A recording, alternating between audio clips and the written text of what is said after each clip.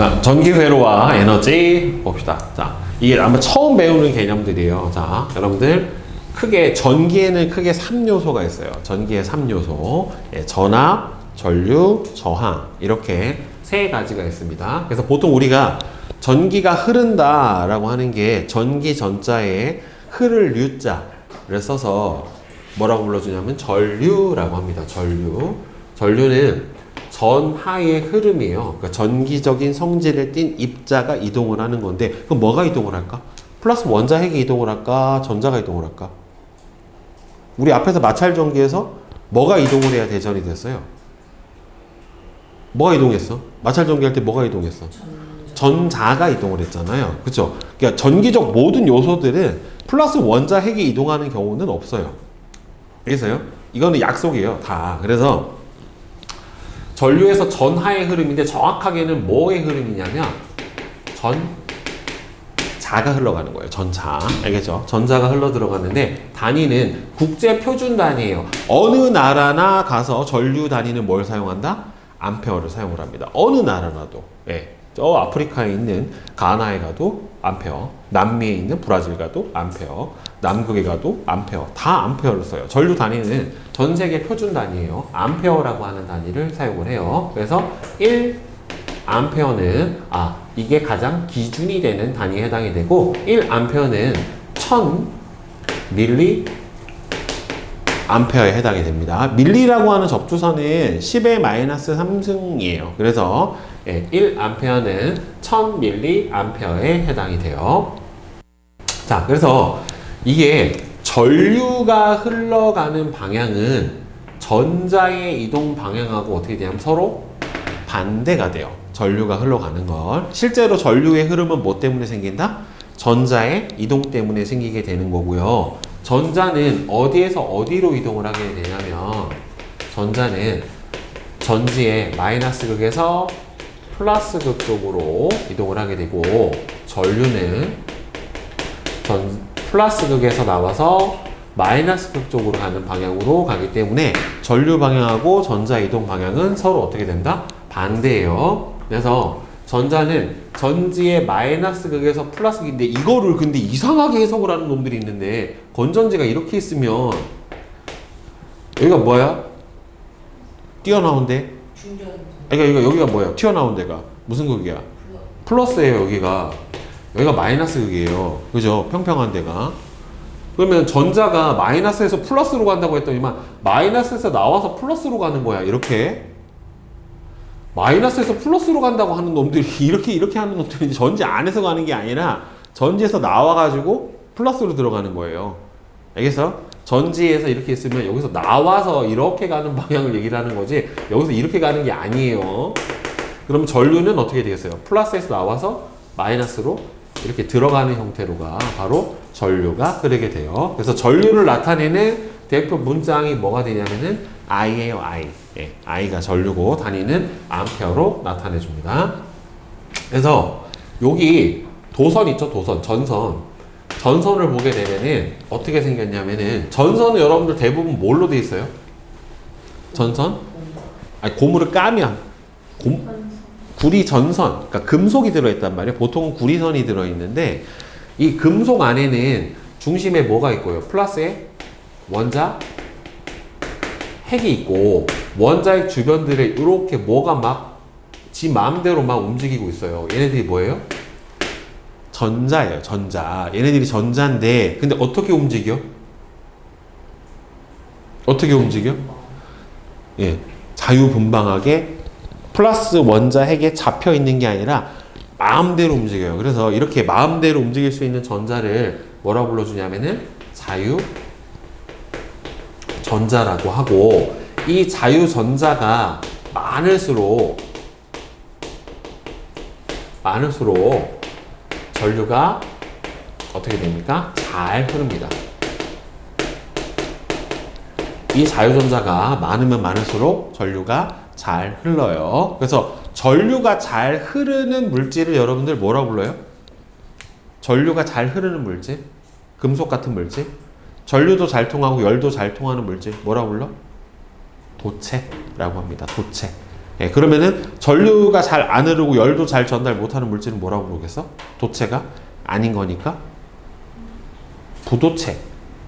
그러면은 도체랑 부도체의 중간 정도 성질을 갖고 있어서 전류를 흐르게도 못 흐르게도 할 수 있는 게 반도체예요. 그게. 예. 자, 그래서 자유전자가 많으면 많을수록 전류가 잘 흐르고, 이 전류가 잘 흐르는 물질, 금속과 같은 물질을 뭐라고 불러준다? 우리가 도체라고 불러줘요. 그래서 보통 이게 전류의 흐름을 뭐에 비교를 해주냐면은 물이 흘러가는 거랑 비교를 해줘요. 그래서 여기서 보면, 자, 이렇게 수도꼭지에서 물이 나와서 물이 쭉 흘러가게 되면은 뭐가 되는 겁니까? 여러분들, 물의 흐름이 전류가 되고요. 그 다음에는 물을 퍼 올려주는 펌프는 뭐가 되는 거예요?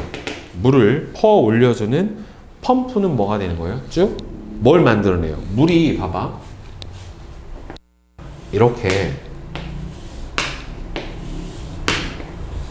폭포가 1이 있고 2가 있고 3이 있어. 물이 여기서 이렇게 떨어지는 거랑 2에서 떨어지는 거랑 3에서 떨어지는 거랑 어디가 더 셀까요? 물이 떨어질 때 3이 높이가 높을수록 세겠죠. 그렇죠? 그러니까 물이 높은 데서 떨어지면은 여기에는 이 높이에 따른 위치 에너지가 있기 때문에 더 세게 떨어져 버린단 말이에요. 그죠? 그러니까 이게 바로 뭘 얘기를 해주는 거냐면은, 예, 물을 흐르게 할 수 있는 압력이에요. 압력. 그래서 예, 펌프는 바로 건전지, 뭘 만들어내냐면은 전압을 만들어내는 거고, 펌프는 물의 압력인 수압을 만들어내는 거예요. 수압. 여러분들 왜 그런 경우 있잖아. 아파트에서도 보면은 꼭대기 층은 샤워기 틀면 물이 쫄쫄쫄쫄쫄쫄 나와요. 근데 1층은 틀면 어떻게 나와? 팡팡 나와요. 수압이 세다란 말이에요. 왜? 수도관이 꼭대기부터 쭉 내려온단 말이에요. 그러면 저 위에 있는 물이 아래까지 쭉 내려오니까 수압이 어떻게 돼요? 세겠죠. 결국에는. 예. 그 다음에 물레방아는 여기서 물이 흐르면서 물레방아가 있는 경우랑 없는 경우랑 어느 경우가 물이 더 잘 흘러? 물레방아가 있으면 물이 내려오다가 물레방아를 한번 돌리고 내려와야 되잖아요. 그러면은 물레방아가 물의 흐름을 도와주는 게 아니라 방해하는 거란 말이에요. 그래서 물레방아는 바로 전구처럼 물의 흐름을 방해를 하고 전류의 흐름을 방해하는 물질에 해당이 되는 거예요. 그러니까 일종의 얘는 뭐가 되냐면은 저항에 해당이 되는 거예요. 저항. 저항은 전류의 흐름을 방해하는 거예요. 수도꼭지는 스위치, 수도관은 도선, 이렇게 됩니다. 그러니까 수압이 있어야 물이 흐를 수 있는 것처럼 전류도 전압이 있어야 흐를 수가 있게 되는 거예요. 그리고 수압이 세면 물이 어떻게 흘러요? 더 빨리, 그리고 세게 흐르죠. 전압이 세면은 전류도 어떻게 되겠어요? 더 세게 흘러요. 그러니까 예를 들어서 이런 거지. 수도꼭지를 조금만 튼 경우랑 많이 확 튼 경우랑 비교를 해보면, 많이 확 틀어버리면 물이 어떻게 돼요? 콸콸콸콸 나오잖아요. 한꺼번에 많은 양의 물이 빵 나오고, 수압도 어떻게 되니? 세죠. 그렇죠? 문제 조금만 열면 쫄쫄쫄쫄 나오잖아요. 똑같아요. 전압도 세면은 전류가 어떻게 돼요? 한 방에 많이 흐르고, 세게 흐르고, 많이 흐르게 되는 거예요. 결국에는. 자, 그래서 이렇게 대응을 시켜서 펌프로 물을 퍼 올려서 수압을 만들고, 이 수압으로 물이 떨어뜨리게 해서 물의 흐름을 만들어내는 것처럼 건전지가 전압을 만들고, 이 전압에 의해서 전류가 흐를 수 있게 해주게 되는 겁니다. 자, 그러면 이제 전압은 전기 회로에서 전류를 흐르게 할 수 있는 원인 또는 흐르게 할 수 있는 능력, 이거를 바로 뭐라고 불러주냐면은 전압이라고 해요. 전압은 뭐라고 나타내요? V라고 나타내고, 그 다음에 여러분들 전압 단위는 뭘 써요? 여러분들 이거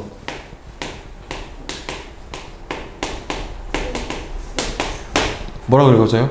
볼트라고 읽죠. 그쵸? 220볼트, 1.5볼트, 예, 이렇게 읽어주죠. 정확하게는 원래 영어 단어로는 전압은 뭐예요?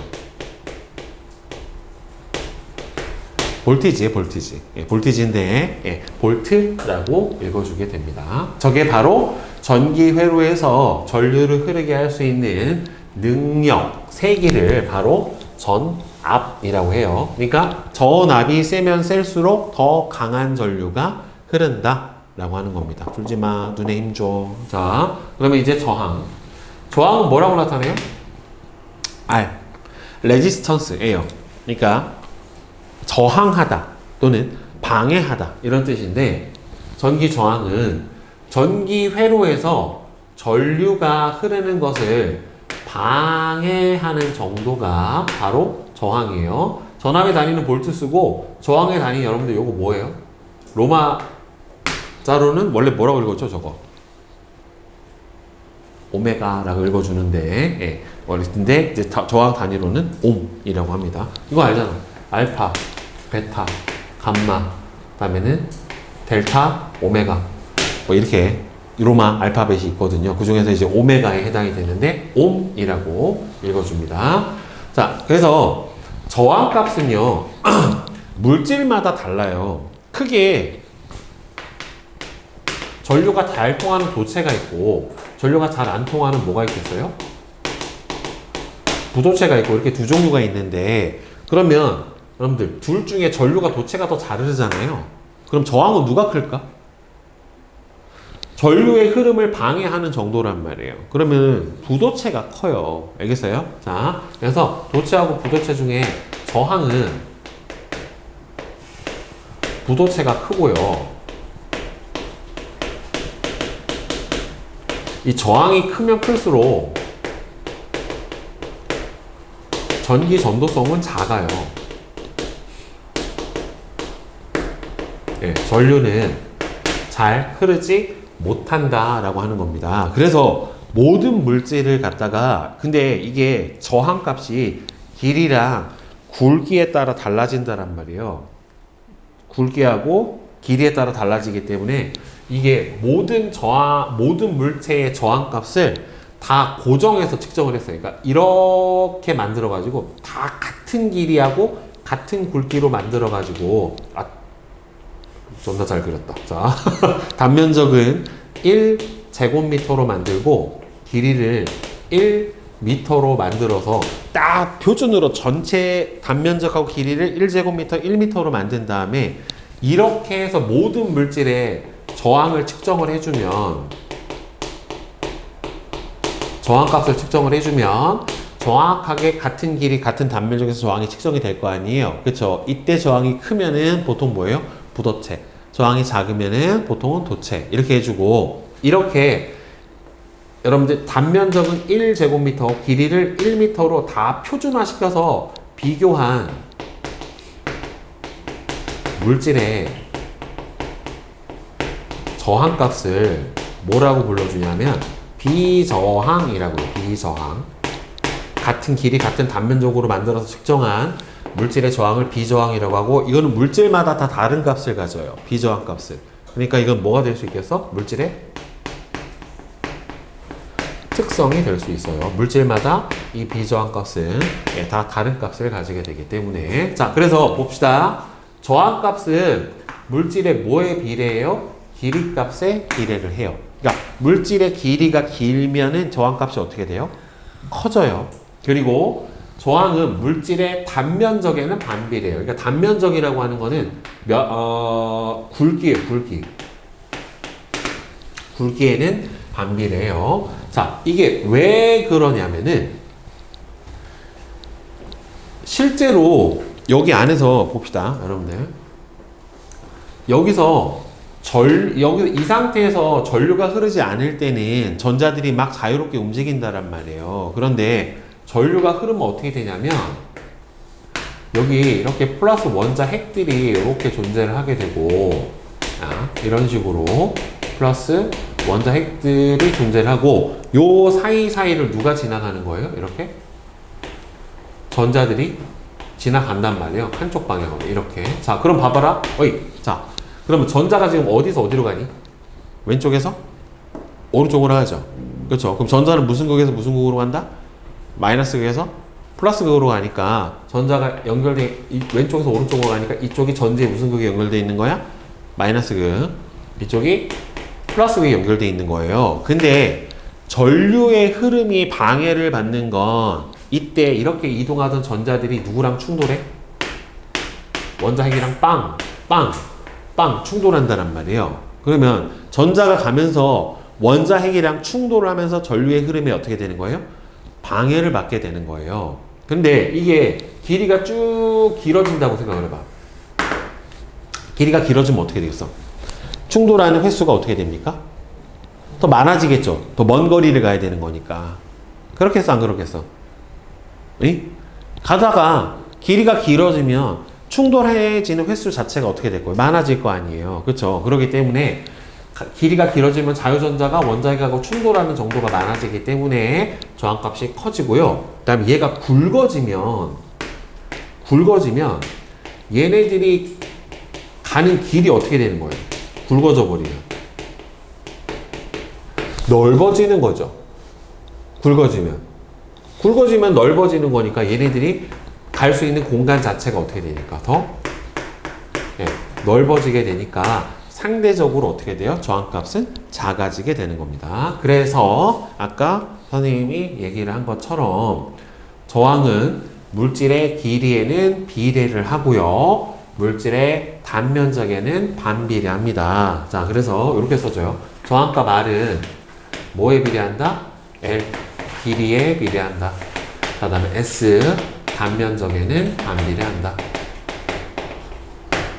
굵을수록 작아지고요. 길수록 커져 버리는 게 바로 저항값의 특징에 해당이 됩니다. 알겠죠? 따라서 어떤 물질이냐에 따라서도 달라져요. 그러니까 저항값에 영향을 주는 요인이 크게 세 가지예요.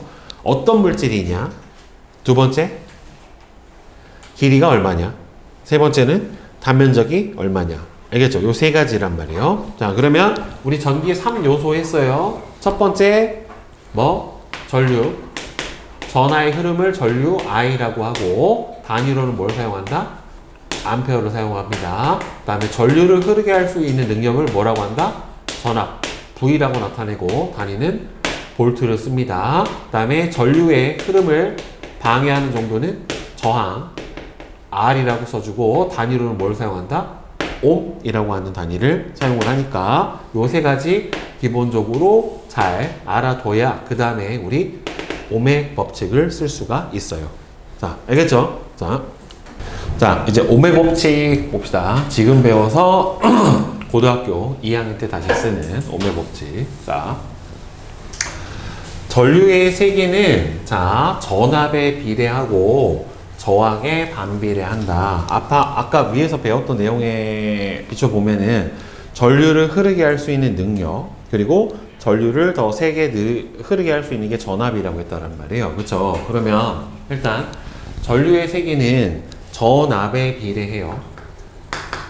전압에 비례하고, 그 다음에 전류의 흐름을 방해하는 게 저항이기 때문에 저항의 크기에 전류는 어떻게 됩니까? 반비례한다는 말이에요. 그러면 이 둘을 합쳐주면 식이 어떻게 되냐면 전류는 전압에 비례하고 저항에 반비례하더라 라고 하는 식이 나타나게 돼요. 그래서 전류의 색이 I는 저항의 반비례, 전압의 비례. 따라서 식이 V는 IR이라고 하는 식이 나타나게 됩니다. 자, 그래서 V가 전압, I가 전류, R은 저항. 그러면 세 개로 바꿔줄 수 있죠.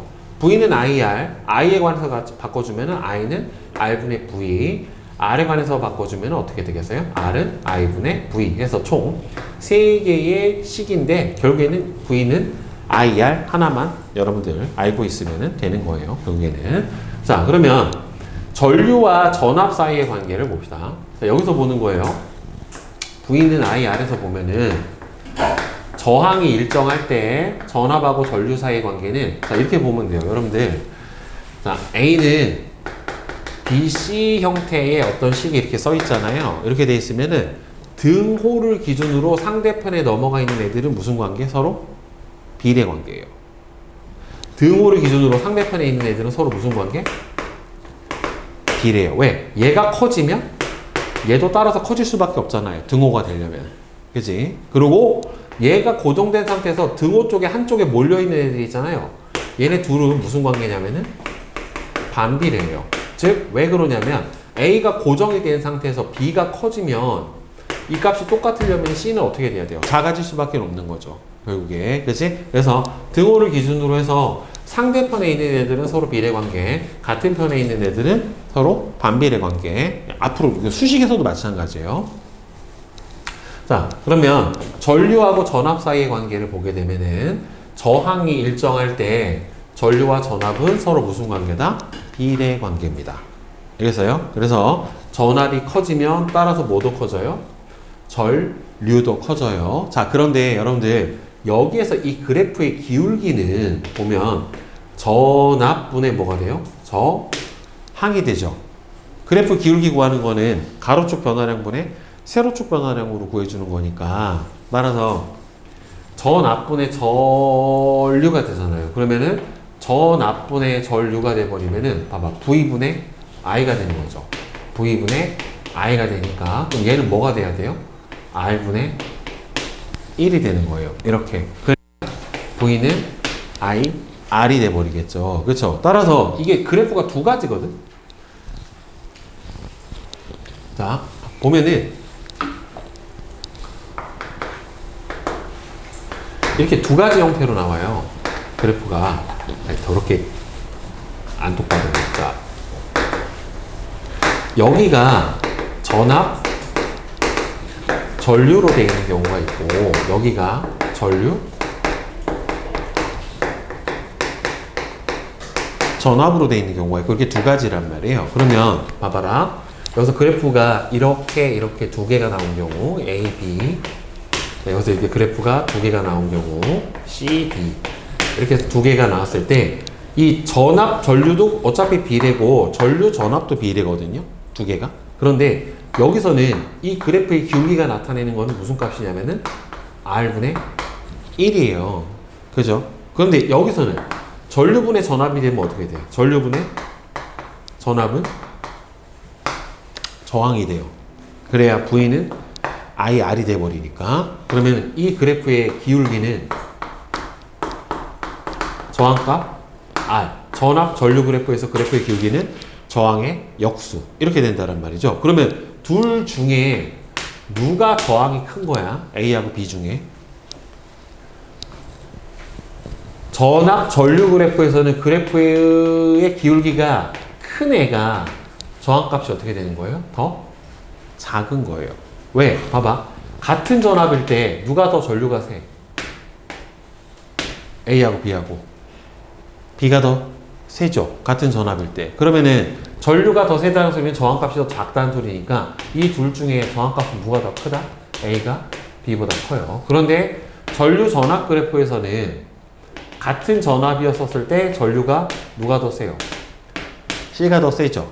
그렇죠. 그러니까 이 경우는 그래프의 기울기가 큰 저항값이 B가 C보다 커요. 같은 그래프 같지만 가로축이 전압이냐 가로축이 전류냐에 따라서 저항값의 B가 서로 기울기가 의미하는 게 달라지기 때문에 잘 여러분들 기억을 하고 있어야 됩니다. 전압 전류는 그래프의 기울기가 저항의 역수값이고 전류 전압 그래프에서는 그래프의 기울기가 저항값이다. 자, 그 다음에 V는 IR에 의해서 전류가 일정할 때 전압하고 저항값도 서로 무슨 관계예요? 비례 관계예요. 그러니까 저항이 더 큰 저항에 더 큰 전압이 걸린다라는 뜻입니다. 전류가 일정하면. 그러니까 셋 중에 하나는 일정한 거야. 그 다음에 전압이 일정할 때 전류하고 저항은 서로 무슨 관계다?